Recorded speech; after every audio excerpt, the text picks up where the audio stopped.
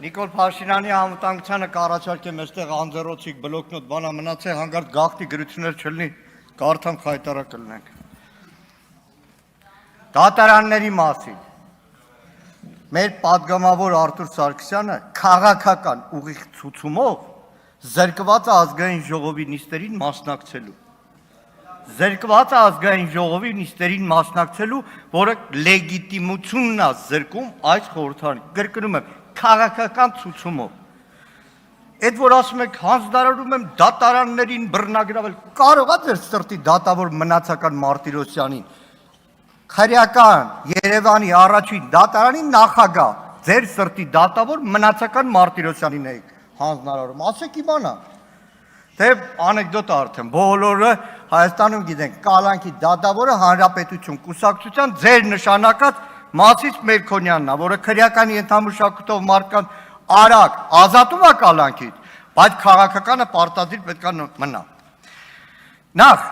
ձեր հարցու պատասխանի հետ կապված։ Այդ 74-79 թվականի քարտեզներ, որ ասեցիք, այդ որտեղ եք արձանագրել։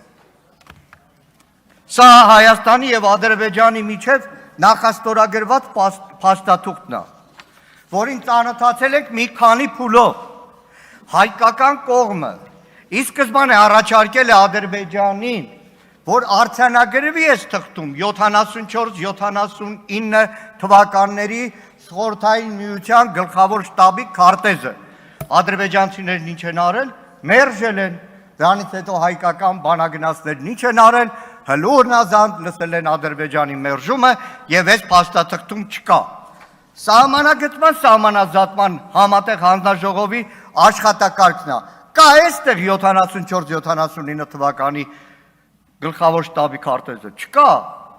Մարգարիտ Քրոյան, որտեղից ո՞նց է մեջտեղ եկել, որ մինչև հիմա կարող են փակ նիստից, որ ասում են գաղտնի տեղեկություն, այդ ժամանակ մեզ ասել եք ուշադիր չենք եղել։ Գալով կառավարության ծրագրին։ Ճիշտն ասած, կառավարության ծրագրի մասին կարելի էր երկու նախադասությունով սահմանափակվել։ Հետևյալը, այս իշխանությունը, որ այս կառավարության ծրագրով շարունակելու է կառավարել, չգիտեմ ինչքան ժամանակ, տասված շատ կարճ,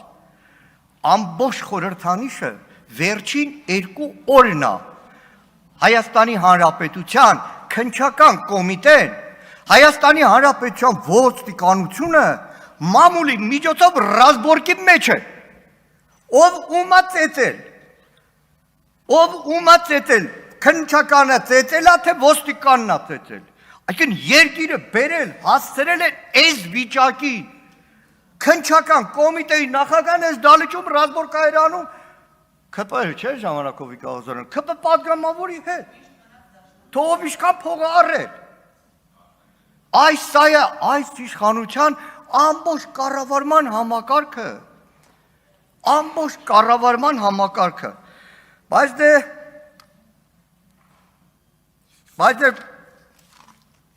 այս օրերին մի երկու օր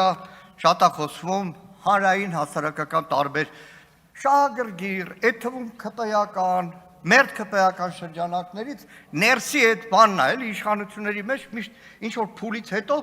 փողի պատճառով, ազդեցության պատճառով, տարբեր պատճառներով ներքին խմորումներ կար։ Շատ է խոսում Սուրեն Պապիկյանի հրաժարականի պահանջի մասին։ Ես 2-3 օր լրագրողները այսօր են հարցնում, թե կողմ եք Սուրեն Պապիկյանի հրաժարականին, ես ասում եմ, ես կարծում եմ այս ամեն ինչի պատասխանատու Նիկոլ Փաշինյանն է։ Եթե խոսում ենք հրաժարականի մասին, խոսում ենք Նիկոլ Փաշինյանի մասին, Նիկոլ Փաշինյանի հրաժարականի մասին, որտեղ այն ինչ որ կատարվում է այսօր զինված ուժերում,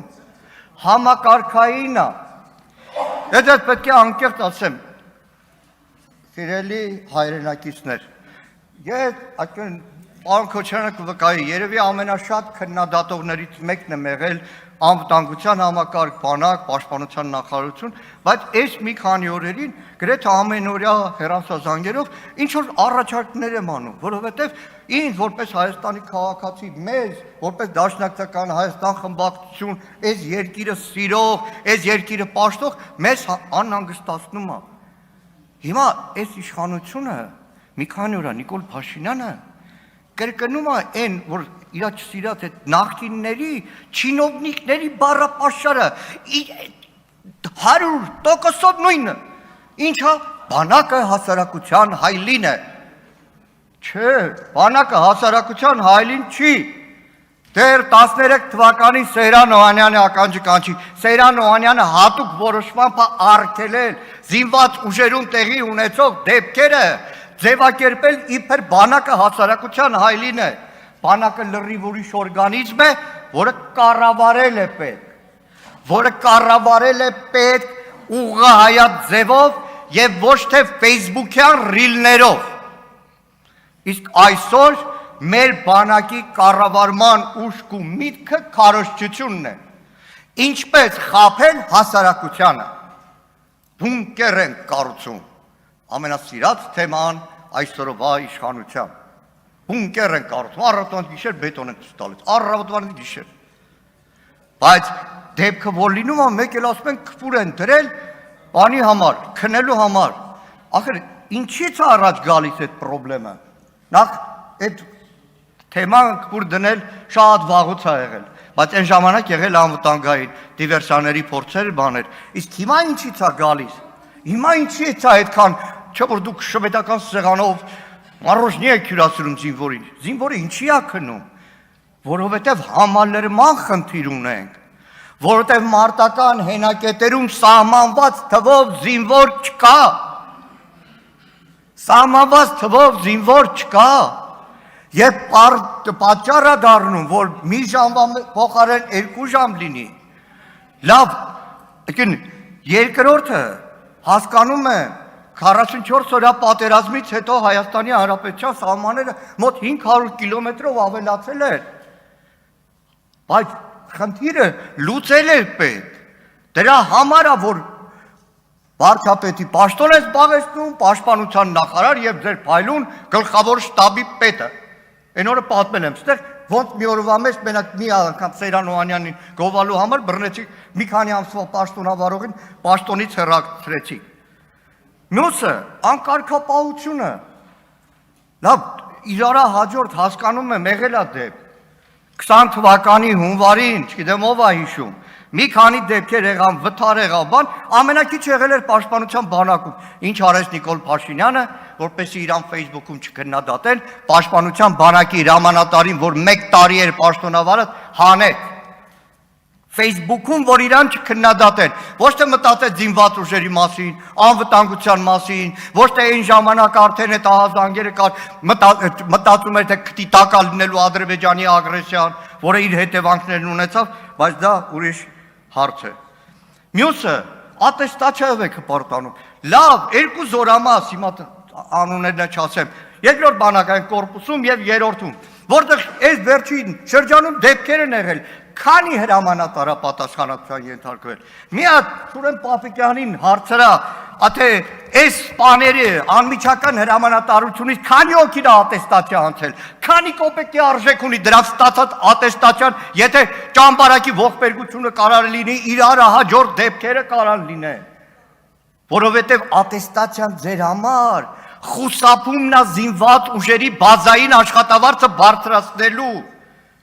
Ուղղակի հելու հնազանդ սպաներ ունենալու հարց ունեք, ոնց որ բազմաթիվ սպաների քաղաքական պատճառով, նույնիսկ այս ընտրություններից հետո հեռացրել եք զինված ուժերից։ Դեռ շատ առիթներ են ունենալու խոսեմ, բայց վերջում։ Այս ամբիոնից ես մի քանի անգամ խոսել եմ Բաքվի դատավարության մասին։ Խոսել եմ Հայաստանի Հանրապետության ուղղված սպառնալիքի մասին, որ այնտեղ այդ մարդիկ չեն, այդ մարդկանց դեմ չի մեղադրանքը ուղղված, այլ ուղղված է Հայաստանի Հանրապետության դեմ։ Այսօր մեր գործընկերուհին հրապարակեց եղբորս ուղերձը։ Այդ իրականում Հայաստանի բանակի բարձրաստիճան սպայի զգուշացման կոչն էր, որ այդ անտեր դատավճիռը, որ ոչ մեկի չեն տալիս, որը հաստատվել է Ադրբեջանի գերագույն դատարանով, վճիռը Հայաստանի Հանրապետության դեմ։ Վաղը էդի դեմ են տալու մեր երկրին, են բոլոր տարիների համար, այս ամբիոնից նորից գուշացնում եմ, Ադրբեջանի հետ այս համաձայնության բոլոր հայցերը հետ է քաշում, բայց հիշեք, Ադրբեջանի գերագույն դատարանը հաստատված որոշմամբ դատավճիռ ունի Հայաստանի Հանրապետության դեմ։ Դրա համար մի քանի օր շարունակ մենք պնդում ենք, որ Թուրքիան եւ Ադրբեջանն են Հայաստանի Հանրապետության սպառնալիք։ Մնում է սպառնալիք, այսքանը։